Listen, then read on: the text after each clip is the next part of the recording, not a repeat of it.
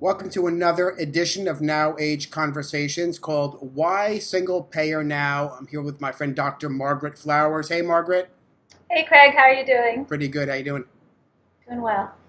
So you're a hero on the left. I'm going to go out and say that you are a hero on the left, people. And particularly because your advocacy of single payer healthcare for many years. But still, many people in the establishment, we'll say the liberal people vote Democrats. You're not only you're not a household name, you're not a name. And I want to kind of talk about who you are a little bit, your background, how you kind of got into being an advocate for single payer, hmm sort of why people need to pay attention more to alternative media to know more about people like you and the work that you do. And then we'll get into the nitty gritty a little bit about single payer. Sure, great. I guess in a nutshell, I live in Baltimore, Maryland. I did my medical school here and then did my training in pediatrics at Johns Hopkins Hospital. I practiced pediatrics for 17 years and left in 2007 because I really, like many other primary care doctors, got very frustrated with our healthcare system and decided I wanted to try to change that. And that has really opened my eyes to how dysfunctional our system is. And so over the past 10 years, I've really been working to figure out how we build political power to change, get the transformational changes that we need. And so currently I serve as the co-director of popularresistance.org. It's a daily movement news website, and we also run campaigns. And right now our healthcare campaign is Health Over Profit for Everyone, HOPE. And I also am active with Physicians for a National Health Program and our local Healthcare is a Human Right campaign. Great. So, in a nutshell, what is single payer healthcare? Just to simplify it, because I think people. One is that we assume that we say single payer, people know what that means. I come from the school that people are so propagandized Mm-hmm. and have been for so long that they think food comes out of a box. So we can't assume that we could say single payer and they know what Right. that is. So can you talk a little bit about what single payer healthcare is? Sure. So a single payer healthcare system, the single payer really refers to the way that it's financed. A way that might be easier for people to understand, and a term that we also use, is National Improved Medicare for All. It would be a universal healthcare system that everybody is in from the time they're born until the time they die. It's paid for upfront through taxes into a single public fund. We're all in that, and we all get, our healthcare then paid out of that fund. So basically, if you need to seek health care, you go to your health professional, they bill the government pays them. But other than that, really, decisions are made between the patient and their health professional. So it's a universal, lifelong, publicly funded healthcare system. And we should say many developed countries already use a plan like this much more efficiently and successfully with more successful outcomes than we have here. Um, what is the case against for-profit health insurance? Well, we have a pretty well-researched and factual case against it. It's just pretty clear that when profit is the bottom line when it comes to health, then you can't really have health as the bottom line. So if you look at private insurance companies, what do? They try to charge the highest premiums they can, shift as much cost onto patients through co-pays and deductibles, and then try to get away with paying for the least amount of care so that they can keep as many dollars for themselves for profit. When it comes to pharmaceutical companies, they basically do research on what's the easiest thing to make and patent and then sell for the highest price possible. Or they start buying up generic medicine so then they can also corner that market and charge as much as possible. So really it means high prices. It also means lower quality. When you look at health facilities that are investor owned and try to use a business model, that means cutting back as much as possible on staff, generating as many visits or whatever as possible, and just kind of treating it like a factory type of thing. And so quality goes down when you enter profit into that equation. This is also a good opportunity to talk about something that, we on the left have been talking about for a long time, which is neoliberalism, right? Mm-hmm. And there's no better example of neoliberalism than for-profit healthcare. So can you talk a little bit about, because I think, it's a good chance to kind of give people a little kind of, boning up on what what it is, this free market of everything, Right. privatizing of everything. And when we use the term neoliberalism, exactly what the human cost of that really is when it comes down to for-profit healthcare insurance.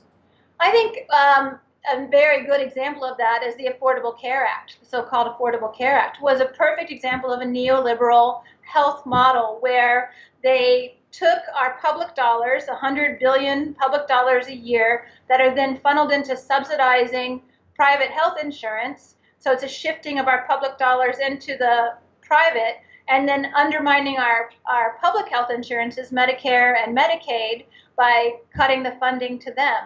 And so basically, what it means is taking us in the opposite direction of where we need to be going. Neoliberal systems tend to lower the quality and create great inequality. Like if you look at the Affordable Care Act, they actually codified into law a tiered health system. So they have these different levels based on what people can afford. That's the kind of insurance that they can get. And so that's very different from other systems that believe, and correctly so, if you look at the evidence, that when you have everybody in the same system, a universal approach with a single standard, it raises up the level of that system. Yeah, and it sort of plays into the sort of you know sort of the cult of capitalism in a way that says All that right. everything is out there to be profitized. Everything is okay, subjugated to the market, and let the magic market dictate and that whole thing. And people have been Right. hypnotized. I think people believe that George Washington crossed the Delaware so we could have capitalism. I think Mm-hmm. we've been so propagandized to believe that the politics against single payer now. And now I know you met with Bernie Sanders' staff today. I don't know That's if you right. want to get into a little bit of that, and Sure. just if that plays into that. But I mean, just sort of like what's lined up politically against a single payer. I mean, if it makes so much sense, why don't we have it? Right, and we're in a really interesting moment. So first off, who are the opponents to a single-payer healthcare system? Well, basically, if we went to a national improved Medicare for all, it would put the private health insurers either out of business, or they might be able to provide supplemental plans that cover things that wouldn't be covered in the national system. But we want the national system to be as comprehensive as possible because that makes it the most efficient, the least paperwork and bureaucracy. But the private health insurers would go out of business. The pharmaceutical companies would have to make less profits under this system. The for-profit kind of investor-owned hospitals and other facilities would not be able to make profit like they do right now under this system. The winner would be everybody else, so that's a good thing. But in my experience over a number of years now in activism, you see how these kinds of waves of political culture, changes in political culture come. And we're at a moment now where we're seeing support for a single payer system coming from very unusual places. So just today, for example, in the Washington Post, there were two articles. One was by Charlie Krauthammer. He's a very well-known conservative, and he basically said the failure of the Republican plan has shown that that's not a path, and we're shifting towards a single-payer healthcare system. And he thought that Donald Trump might actually have the ability to sell that to the American people and do a whole 180 on his healthcare. He has supported it in the past. Fareed Zakaria from CNN also had an article that laid out a beautiful business case for why a single-payer healthcare system would be the most efficient and the most effective. And he looked at other countries, the models that they have, and showed how much better they are than what we have here. And in fact, a number of countries like Canada and Taiwan have modeled their systems on our own Medicare. And a number of countries that are very capitalist, like Hong Kong and again, Taiwan, have these fully government-run healthcare systems. So it's interesting. Another interesting piece of that was that Christopher Ruddy, who's the CEO of Newsmax, is a close advisor to Trump and has been, we hear, pushing Trump towards single payer. And he actually reprinted Fareed Zakaria's letter in Newsmax today. So we haven't gotten Republican congressional overt support yet. We're working on that, but it seems like there's a shift happening on that side. And then in terms of voters, 80% of Democratic Party voters support a single payer approach. If you look across the board, 60% or more of people in the United States support this approach, and a growing number of conservatives do, voters. But there's no, other than the Green Party and maybe the socialist parties, there's no political party that has this, that's, in power, that has this as part of their platform. Sure. Now, we know we have all this sort of grassroots support on part of the voters, but of course the politicians are influenced by the lobbyists and by corporate money. The corporate money is going to speak. I mean, we see what's happening now in other issues. I don't want to get too far afield here, but we see what's happening in other issues. Things that there's strong public support for, our representatives seem to vote against and vote with the corporate dollars. So I think that's one of the issues here. Right. And one of those pieces that you quoted today, there was this one quote that I want to read from, which I thought was pretty interesting. It says, "I'm a conservative on most issues, but liberal on this one. We should not hear so many stories of families ruined by healthcare expenses. We must have universal healthcare. The Canadian plan helps Canadians live longer and healthier than Americans. There are fewer medical lawsuits, less loss of labor to sickness, and lower costs to companies paying for the medical care of their employees. We need, as a nation, to re-examine the single-payer plan, as many individual states are doing," end quote. That's by Donald J. Trump in his book, The America We Deserve. Okay, so, like you say, the wind seems to be at our back right now because Trump needs a win big time. So both Republicans are on the ropes, while Democrats are claiming to have a win with this whole non-repeal of Obamacare. I think calling a loss for the Republicans a win for them is just maybe a win by default. I just think that they didn't really have the proper mechanics, and also they have rebellion with their own ranks there, which had more to do with that story.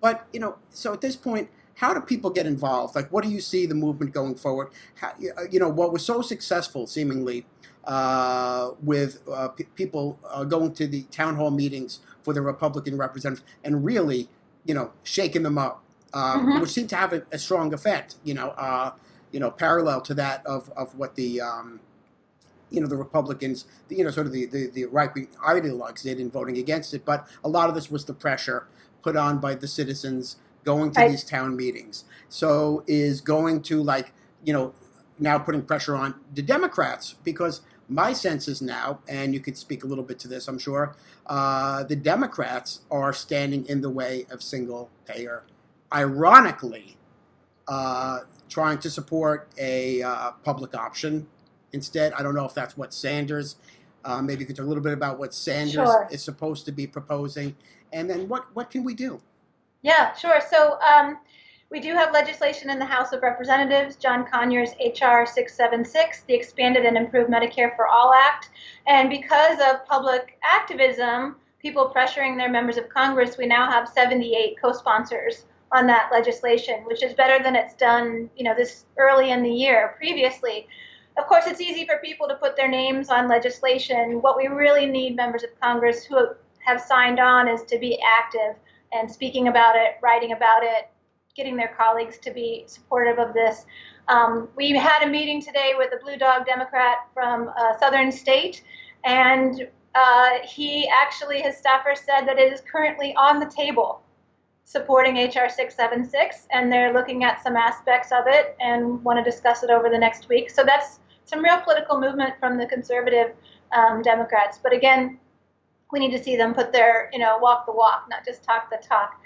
We had a very reassuring meeting today with Senator Sanders. In the past week, we've seen some rhetoric coming from him that was concerning, talking about introducing a single-payer bill, but we can't get it, basically, disempowering people right from the beginning, and saying that he was going to be supporting things like a public option and maybe lowering the age of Medicare. These are both approaches, the public option and lowering the age of Medicare, are approaches that are not going to solve the problem. They'll continue the wasteful spending, the high prices, leaving people out. So we don't want to waste energy on those. We want to fight right now for the real solution.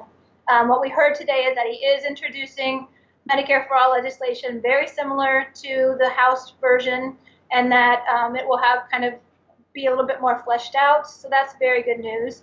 And that he's not going to be submitting legislation for a public option or Medicare for all. So what we need to do is what we always need to do with any kind of major social transformation, is to educate ourselves and people around us, and to organize locally and then pressure our members of Congress, no matter where they are. If they haven't endorsed, pressure them to endorse. And then once they do, pressure them to be more active. And we have to take our cues from other movements. When we fought to stop the Trans-Pacific Partnership, that included direct action. And we're going to need to do the same thing to win National Improved Medicare for All. So we started a campaign, Health Over Profit, for everyone. It's HOPE, or healthoverprofit.org. And we're providing tools for people to get activated. We do every other Monday night an educational and organizing call that's nationwide.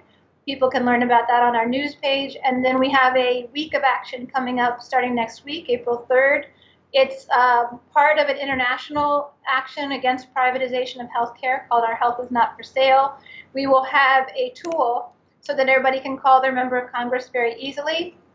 We also have information about how people can write to their members of Congress, and then things that people can do locally, showing movies, holding rallies. And there are a number of people that are organizing those across the country. So we have an action map that lists all of those things as well. And we're just going to keep building and keep escalating the pressure. But I would say that things are moving surprisingly quicker than we thought they were. So, I think that we have a real opportunity. The TPP took us 5.5 years to make it politically toxic. I think that in the next 5 years, maybe sooner, we can make this the only politically feasible solution. Yep. And where do you see the alliances happening politically now? I mean, I guess the off the cuff thinking would be, Trump would partner with Democrats to single payer friendly Democrats. But do you see Republicans also warming up to single payer in a way that sort of the establishment sort of rigidity is breaking down because of public pressure? Yeah, I think that Republicans got a real awakening when they decided that, okay, now we have an opportunity to repeal the ACA, and then they faced what that would actually mean to their constituents and thought, oh, wow, it's not really a very politically popular idea to kick everybody off of their health insurance. I've had private conversations with Republican members of Congress in the past who have said that they understood it and they got it and would support it, but their constituents are so brainwashed against government and this whole free market thing and believe negatively towards it, that I think if they see a shift in how their constituents are behaving, that they would move in that direction. We were just talking today about, what would happen if Trump actually came out strongly for National Improved Medicare for All. That would put the Democrats in a really interesting position. Are they willing to actually put the issue before their party? Because right now what we're hearing is that they're introducing these bills, but their rhetoric is kind of, we can't get it yet. So, because we have this Republican Congress, and if you just vote the Democrats in, then we promise we'll give it to you. I point out to them that didn't work out so well in 2009 when they already had the majority and it was off the table. So, I think if they want to survive politically, they're going to have to get on board, but I'm not sure if they're capable of doing that. Yeah, it's going to be interesting. I mean, we heard Nancy Pelosi say earlier this week that she'd been for single payer for 30 years, but that sounds more like rhetoric than anything, certainly coming from her. The concern is that the establishment, Democrats still, holding control of the party. Again, that seems to be the real irony here, is that they might be the holdouts. And similar to Nixon going to China, you needed a Republican to go over and open relations with China. You might actually need a Republican president to make single payer palatable and possible. I think that Donald Trump could probably break it down really well. He could probably say it's going to be the best thing ever. It's going to be for everybody. It's wonderful. I think that he could sell it in a way that other presidents haven't been willing to. Yeah, I agree. Well, this has been great. There's a lot of great information. I'm going to make sure I link to the Health Over Profits for everyone so people can find out, sign on. I've signed on. Thank you. And how people can get engaged. Hopefully we could talk again. I'm particularly interested in talking with you as a physician about wellness, not so much about sick care, but I mean Mm-hmm. how patients can learn how to empower themselves. I mean, there's so much information now online, and it seems to me that another one of the problems with the system is that keeping patients disempowered and keeping them sort of chained to uh, turning over their power to a sort of a system larger than them. So I'd love to have another conversation when we could talk more specifically about that, because I think there's a lot that we can offer people as well about opening up and really just empowering themselves, and how single payer can be a vehicle to sort of propel that along. So thanks so much. If you like this, I hope you share it with others, and people subscribe to our channel. And now people can also support by clicking the support button, because we could use your support. And thanks so much, Margaret, and we'll talk again soon. Thanks for having me. Have a good night. Bye. Bye.